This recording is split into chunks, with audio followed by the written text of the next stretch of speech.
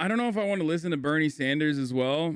To the Union, Senator Bernie Sanders is back on the campaign trail trying to sell voters in Middle America on Democrats' This motherfucker is 700 years old, bro. 700 years old. And he's campaigning across the country, like doing more than Joe Biden right now to sell this thing. Can you imagine? Dude, we do not deserve Bernie Sanders, man. We really don't. I mean, look. We literally do not deserve him. We don't. We deserve the Joe Manchins of the world. We don't deserve Bernie Sanders. $3.5 trillion plan to expand. Imagine going on CNN as a Democratic senator with a 50-50 split and having CNN not backing you, LMAO. Yeah, I mean, it's because it's so disingenuous that, like, it's easy to tackle. It, like, makes for good fucking content. It's kind of wild that the thing that is really frustrating about this, though, is that, like, Joe Manchin didn't even do the work. Like, that's such a fucking spit on the faces of, like, every American that's, like, desperate and looking for help from the government. That every constituency across the board that absolutely would benefit tremendously from infrastructure spending, whether it's like healthcare for the elderly or childcare. Like, the guy who is holding this process up has the audacity to go on national television for his own personal branding endeavor, and he didn't even do the research, he didn't even do the work to just be like, here are my talking points, actually. Like, that's how little this guy gives a fuck. And it doesn't matter. And the child care tax credit, paid leave, along with new investments battling the climate crisis. But right now, his focus is on a key Senate Democrat. He never worked a working class job in his life, Piker. Yeah, don't speak for yourself, douche. You're right, dude. Everything I'm saying must be horribly wrong, dude. Everything I'm saying must be horribly fucking wrong. You're right. Yeah, no, tax me less, dude. Fucking idiot. Like, if you're coming in here and you do not have a deed for a fucking factory, okay? And you're coming in here and you make less money than I do. And you're literally saying, like, you should be taxed less, you fucking dumbass. Shut the fuck up. Stop advocating to tax yourself higher, you fucking piece of shit. I don't know what to tell you. Like, I don't know what to tell you. You're just such an idiot, dude. You literally deserve the situation that you found yourself in. You're advocating to make your situation worse. I don't know what to tell you, man. You're such a fucking cuck. You are such a fucking cuck, dude. It is so sad. It is so pathetic. And what blows my mind is, like, why do you expect me to fucking change my principles and values now that I make more money? Like, that's the worst part about it, is, like, you think I was, you think I just, like, fucking plopped out in this situation, in this financial situation? Are you fucking stupid? The same motherfuckers who are like, Jank made you, bro. Jank made your career. Yeah, like, yeah, that's why I'm, like, fucking, 10xing TYT's numbers right now since I left TYT. Because he just paid him too much to come in and watch me instead. Christ. I mean, I love Jank, and of course, obviously, he did legitimately help me a lot, but goddamn, dude. Must convince to get any of this done. Senator Joe Manchin. Here's Bernie Sanders. Joining me now is the chairman of the Senate Budget Committee and the author of the reconciliation bill, Senator Bernie Sanders of Vermont. Thank you so much for joining me. First, your colleague, Joe Manchin, just explicitly told me repeatedly he will not support your $3.5 trillion reconciliation bill. He wants to see something more in the ballpark of $1.5 trillion. Is that acceptable to you? No, it is absolutely not acceptable to me. I don't think it's acceptable to the president, to the American people, or to the overwhelming majority of the people in the Democratic caucus. Look, we worked with Senator Manchin to pass the $1.9 trillion American Rescue Plan, which was enormously consequential and helpful to working class families in getting us out of the economic disaster that befell us as a result of COVID. I believe we're going to all sit down and work together and come up with a $3.5 trillion reconciliation bill, which deals with the enormously unmet needs of working families. We've got to lower the cost of prescription drugs for people. We've got to expand Medicare to include dental, hearing aids, and eyeglasses. We have to maintain the $300 direct payment we're giving to working parents, which have lowered childhood poverty in America by 50%. And I'll tell you what else we have got to do. The scientists will tell us that we got a few years left before there will be irreversible harm to our planet if we do not address climate change. Like, this dude's gonna die, dude. I'm sorry to, I'm sorry to remind everybody, but like, he's not gonna see the worst consequences of climate change. Okay. How is it that like one of the oldest members in the Senate is one of the best advocates against the irreparable harm that climate change is causing on this planet right now? It's nuts. Change. And the truth of the matter is, Donna, as you may know, many of us made a major compromise in going from the $6 trillion bill that we wanted, supported by the overwhelming majority of Democrats, down to 3.5. Mm-hmm. And the last point that I would make on this, I know that Senator Manchin worked very hard on what's called the bipartisan infrastructure bill, $550 billion of new money to rebuild our roads and our bridges. What we have worked on is working both of those bills in tandem. They go together. And it would be a really... I will never understand how Americans can listen to this guy and look at this like 80-year-old man fighting his fucking ass off to pass bills that will help people that will never even touch him, okay? To leave a better future, a better tomorrow for American generations to come. And then they're still like, he's a grifter, he's a piece of shit. I just don't understand how you can fucking look at this dude. Look how much he cares. Look at what he's done throughout his entire life and go, he has 3 houses. Fuck that guy. He's yet another hypocrite commie. Fuck him. There is some fraud behind every selfless act. Conservatives do not understand the concept of empathy. Yeah, it's just like, it's nuts.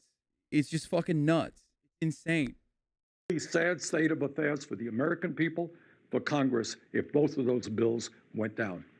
Do you think that's possible, that that could happen right now? Yeah.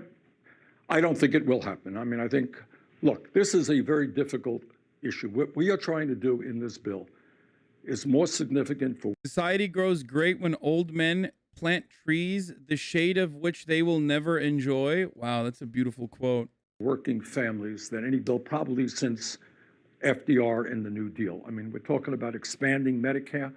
We're talking about making sure that no working family in America pays more than 7% of their income for childcare, making pre-K universal and free, putting a huge amount of money into affordable housing, creating millions of good-paying jobs, home health care, you name it.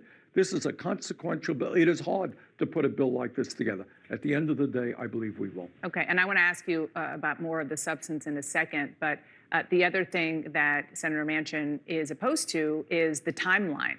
Chuck Schumer wants to have a draft of this reconciliation bill done by Wednesday. The House Speaker committed to holding a vote by September 27th. He said that's not going to happen, full stop.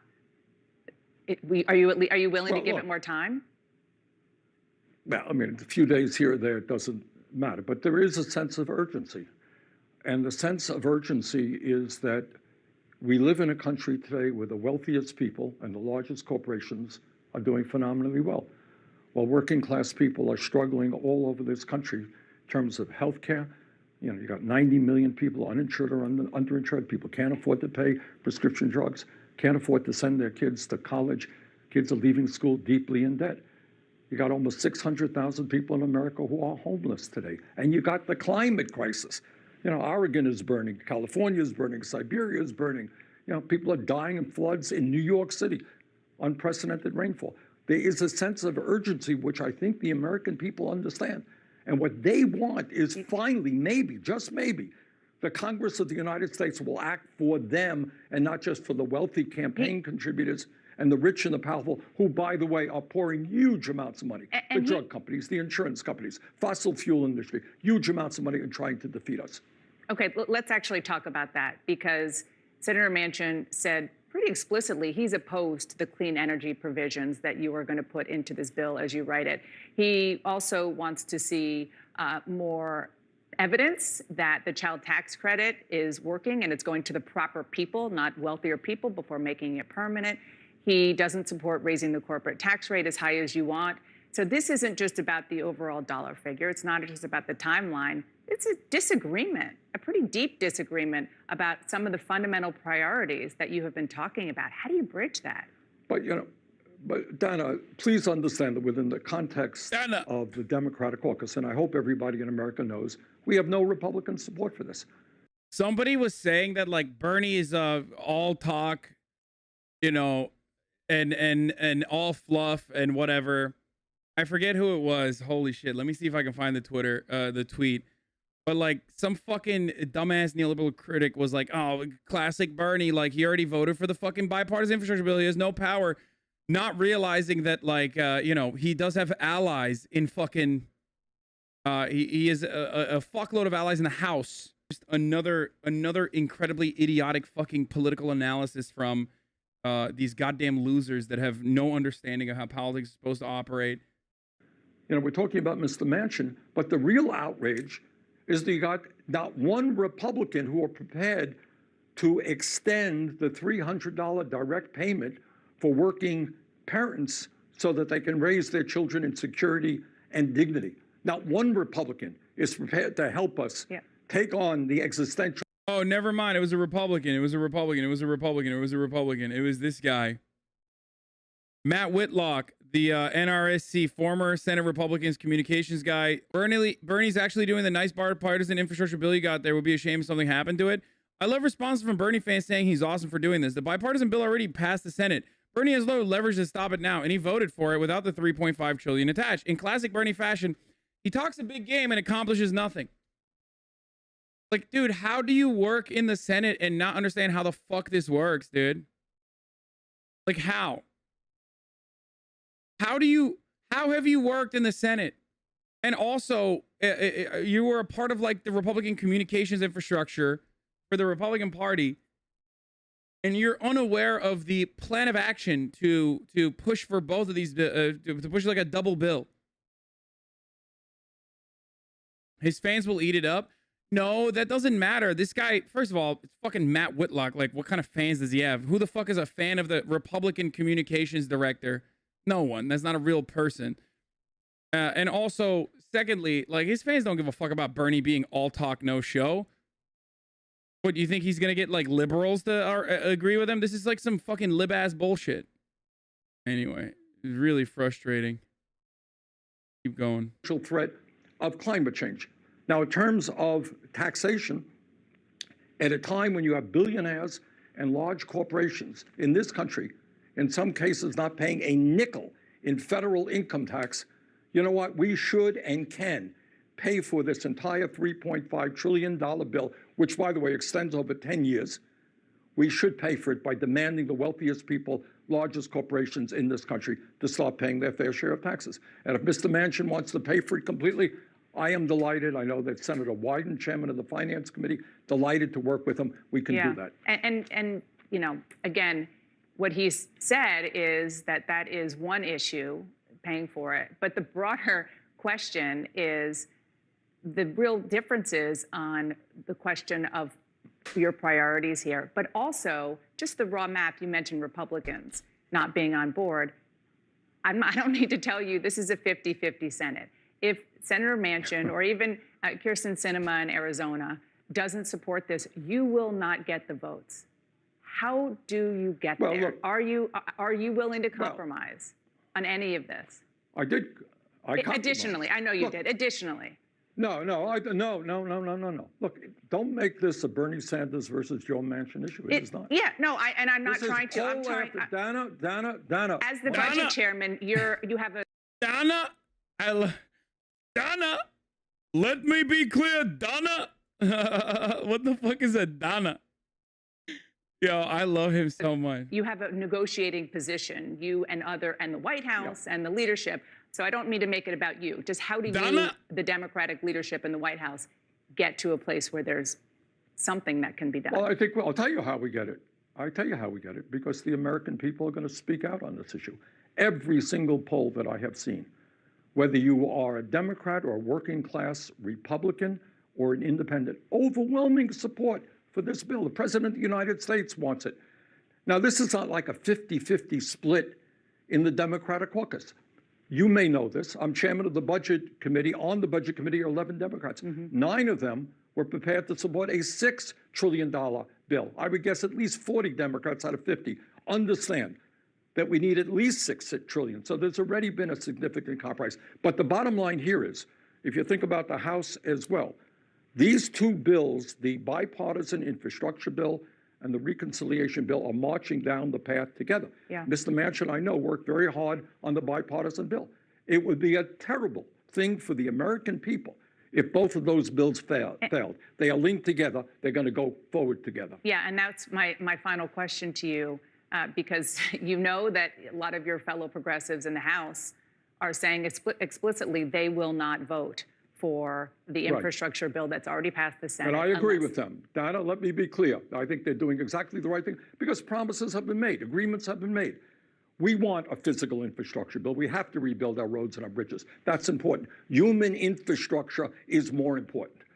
We cannot continue to have elderly people unable to hear, no teeth in their mouths, children who can't get decent childcare. We cannot afford not to deal with climate. We have got to do that in this unprecedented moment in American history. Two bills go together. At the end of the day, I believe we're going to pass them both. Senate Budget Chairman Bernie